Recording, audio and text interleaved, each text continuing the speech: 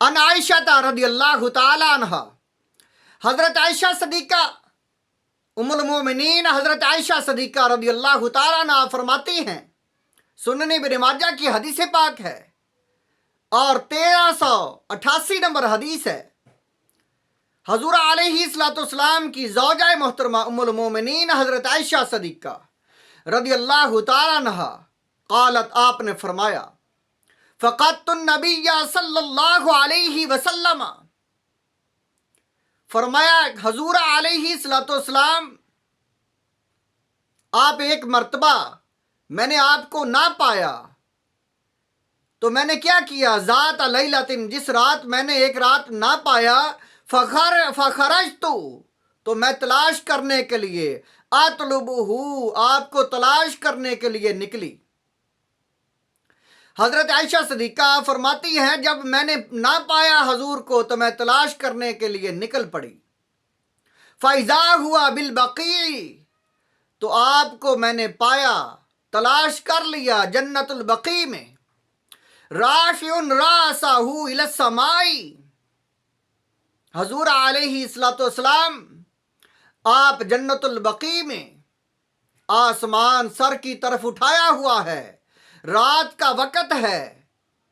اور جنت البقیع میں رات کو سر آسمان کی طرف اٹھایا ہوا ہے اور دعا مانگ رہے ہیں۔ فقال یا عائشہ، تو حضور علیہ السلام نے فرمایا، اے عائشہ، سر آسمان کی طرف اٹھایا ہوا ہے۔ حضرت عائشہ صدیقہ فرماتی میں نے دیکھا تو آپ دعا ہی مانگ رہے ہیں اور کیا کرتے ہیں، مراد یہ ہے آسمان کی طرف سر اٹھانے کی۔ فرمایا، اے عائشہ، اکنتی تخافین ان یحیف اللہ علیک ورسولہ، کیا تجھے یہ خوف ہے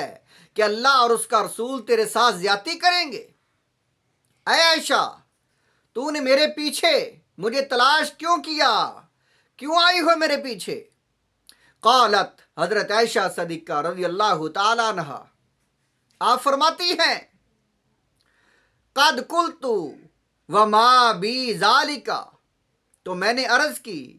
یا رسول اللہ، یا حبیب اللہ، یہ معاملہ نہیں ہے، میرا یہ خیال نہیں ہے، میں اس لیے نہیں تلاش کر رہی۔ وَلَكِنِّي ظَنَنْتُ أَنَّكَ آتَيْتَ بَعْضَ نِسَائِكَ، میرا گمان خیال یہ ہے کہ آپ اپنے ازواج مطہرات میں سے کسی دوسری ازواج کے پاس چلے گئے ہوں گے۔ آپ فرماتی ہیں، میں نے عرض کی، یا رسول اللہ، میں اس لیے آپ کو تلاش کیا، یہ نہیں خیال گمان میرا کہ آپ میرے ساتھ زیادتی کریں گے، بلکہ میں یہ سوچ رہی تھی کہ کہیں آپ کسی اور بیوی کے پاس چلے گئے ہوں گے، تو میں نے آپ کو جنت البقیع میں پایا۔ تو حضور علیہ السلام نے لیلۃ جو مبارکہ یعنی شب برات، جو شب برات اس کی فضیلت بیان کی، فرمایا، اے عائشہ، فقال ان اللہ تعالی ینزل لیلۃ النصف من شعبان، یہ جو نصف شعبان کی رات، 15 شعبان کی رات جو ہے، اے عائشہ، اس کی فضیلت اتنی بڑی ہے کہ اس رات میں اللہ تعالیٰ آسمان دنیا، یہ پہلا آسمان جو ہے، جو نظر آ رہا ہے آسمان، یہ آسمان دنیا، اللہ تعالیٰ اس پر نزول فرماتا ہے، اور اللہ تعالیٰ اس پر نزول فرما کر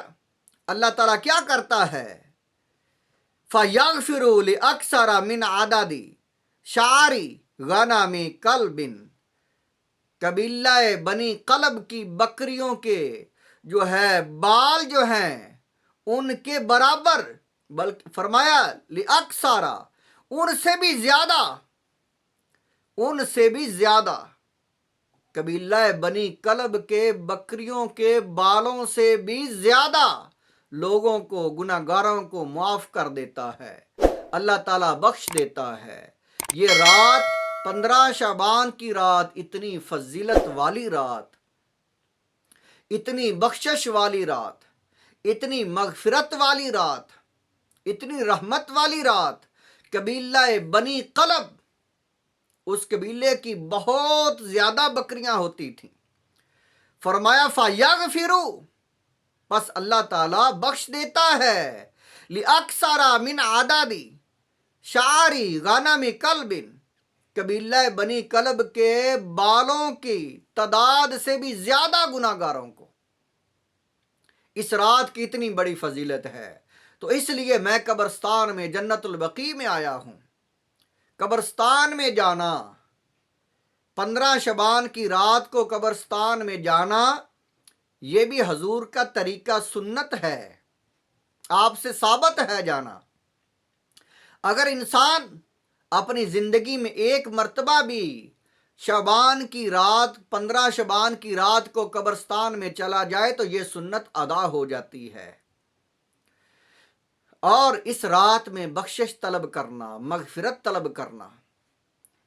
یہ حضور علیہ السلام نے یہ طریقہ صحابہ کرام سے یہ ثابت ہے۔ دعائیں مانگنا، قبیلہ بنی قلب کی بکریوں کے بالوں کے اس سے بھی زیادہ لوگوں کو اللہ تعالیٰ بخش دیتا ہے۔ اور 1388 نمبر جو حدیث پاک اس سے پیچھے، اس میں حضرت علی کرم اللہ تعالیٰ وجہ کریم آپ فرماتے ہیں، اذا کانت لیلۃ النصف من شعبان، جب 15 شعبان کی رات آتی ہے،